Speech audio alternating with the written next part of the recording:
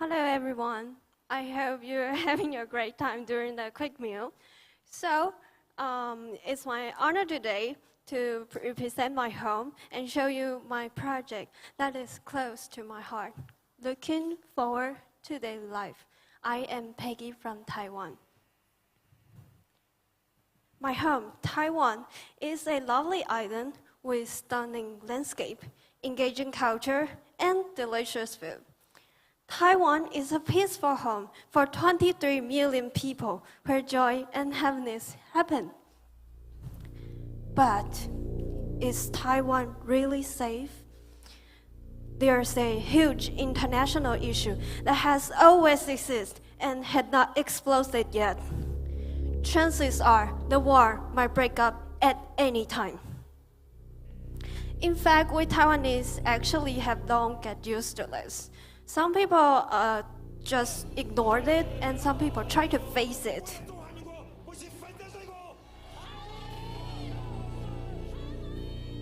This is the real situation in Taiwan. Looking at the situation, many people predict Taiwan might face the same fate as Ukraine. This morning, the bloodiest battle of this war for the eastern city of Bakhmut appears to be winding down for now. On the other side of the globe, 130,000 houses have been destroyed in the war, and over 300,000 people lost their life. People are suffering. They cannot live the ordinary life they yearn for. Will we, Taiwan, be the next Ukraine? We're still lucky enough that we don't have to wake up in a bomb. But the fear of the future has caused debates in Taiwan. We've been lucky to express freely about politics in Taiwan, but none of the debates can change the fact that the danger is imminent.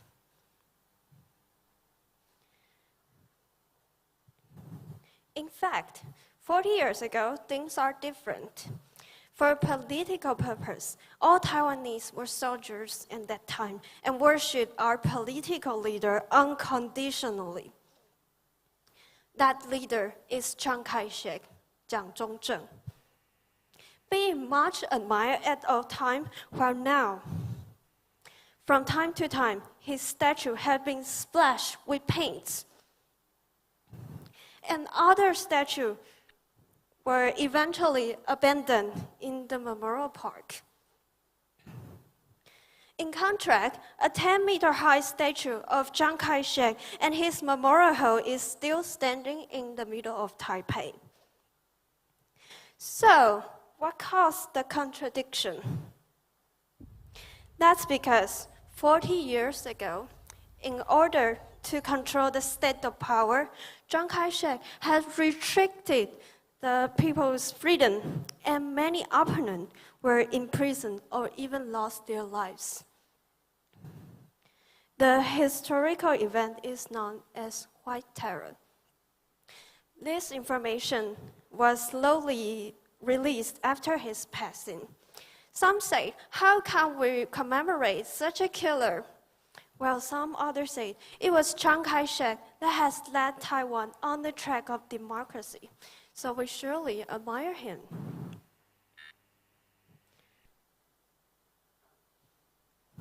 I've always wondered, how would my sweet home be living in such a controversial society? What is the point of the argument? Has our life become better? So, to eliminate the negativity among society, I aim to redesign the Chiang Kai-shek Memorial Home, and so as awaken people's attention to the quality of life. The Chiang Kai-shek Memorial Hall has multiple social symbols. For the veteran, it is a place of memory, but for the political victims, the existence of this place has always been an irony. And now for the new generation of us, this thing is gradually into the history. And in my point of view, I think the site is not just for memorizing a historical figure. I remember my grandfather and I having great time when I was young, spending hours and hours in front of the memorial park together over there. And during the epidemic, such freedom was temporarily restricted, which inspired us to think about the interaction between people and the environment. I want to show the rebirth of the society after the trauma of pandemic and express our yearning for an ordinary and free life. So, this is my design. Looking forward to daily life. Through my simplest design, the most controversial site become a city living room where life and joy happen.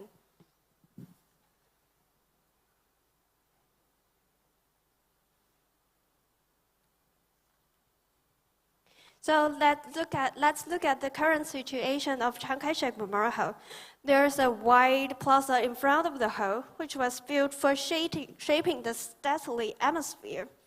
And the plaza nowadays become a rare open space in the compact city of Taipei, which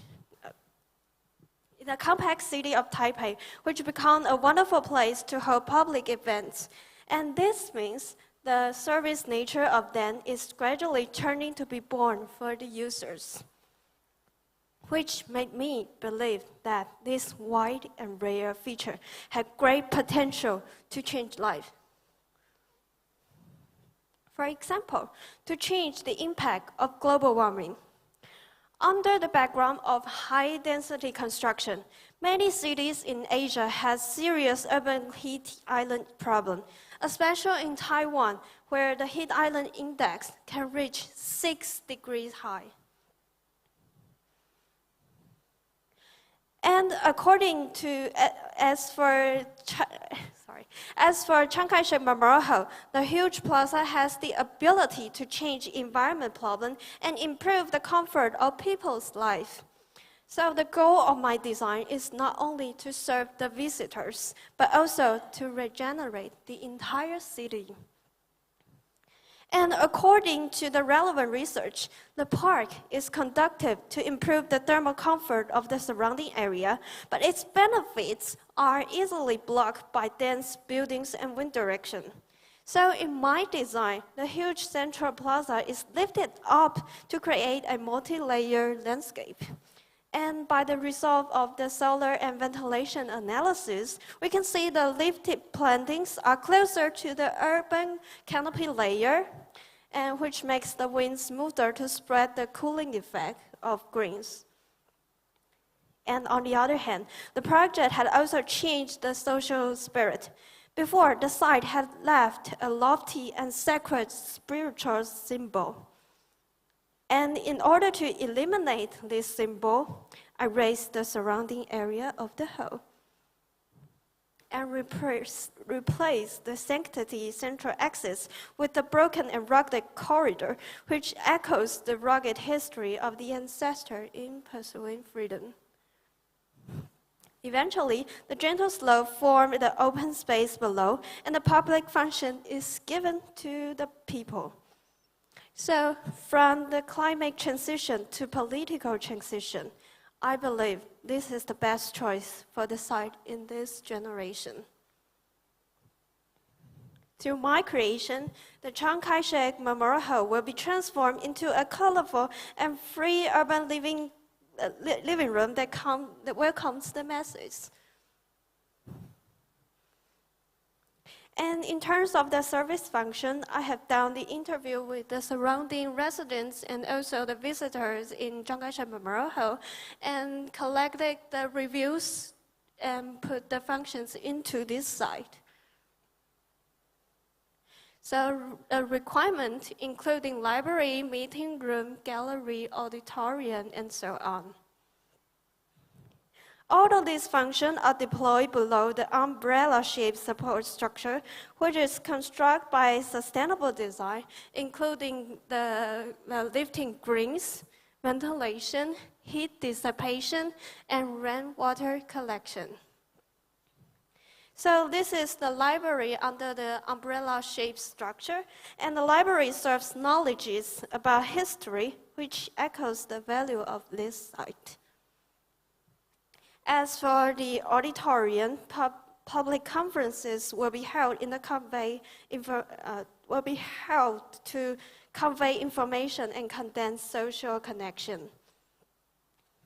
So this design brings colorful vitality to the site, just as the same concept as the color code of the year, Reconnect from Nippon Paint. The color code used 3 primary colors as the color tone, reconciling the strong color in a fresh and colorful way, showing the inner joy of gathering. This is based on the scientific demonstration, which would entirely change the visitor's mood. So on the other hand, when you see the new design from the height, a harmonious and gentle green will bring into your vision. This brings a mild and comfortable view to the surrounding high-rise building. All I wanted to make is to give everything on the site to the public to regenerate the freedom and vitality of the city. So this huge conquest square before, which it was freezing in the winter and burning in the summer, in my design will be transformed into an urban living room, a hill of vitality.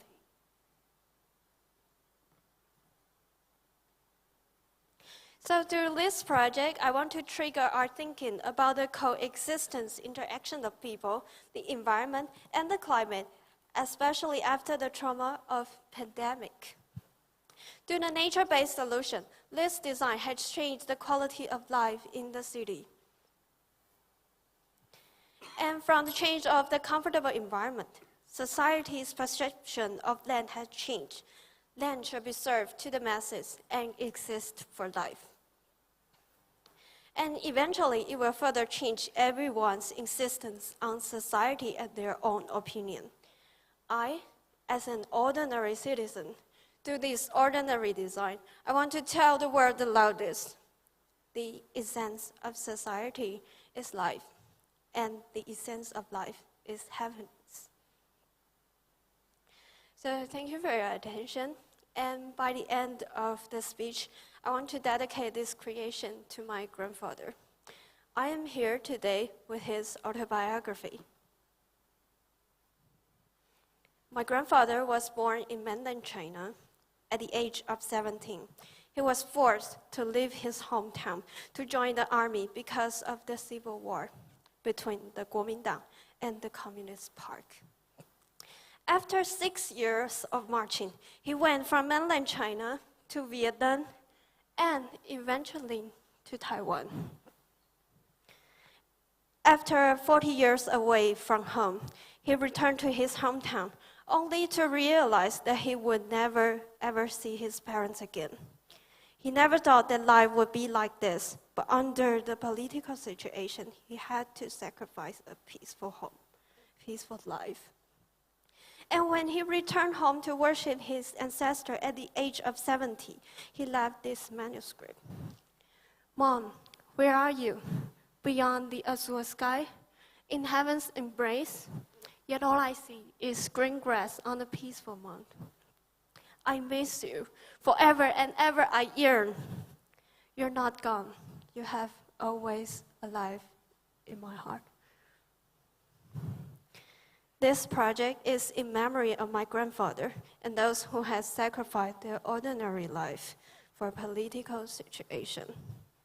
I am Peggy from Taiwan. Thank you for your listening.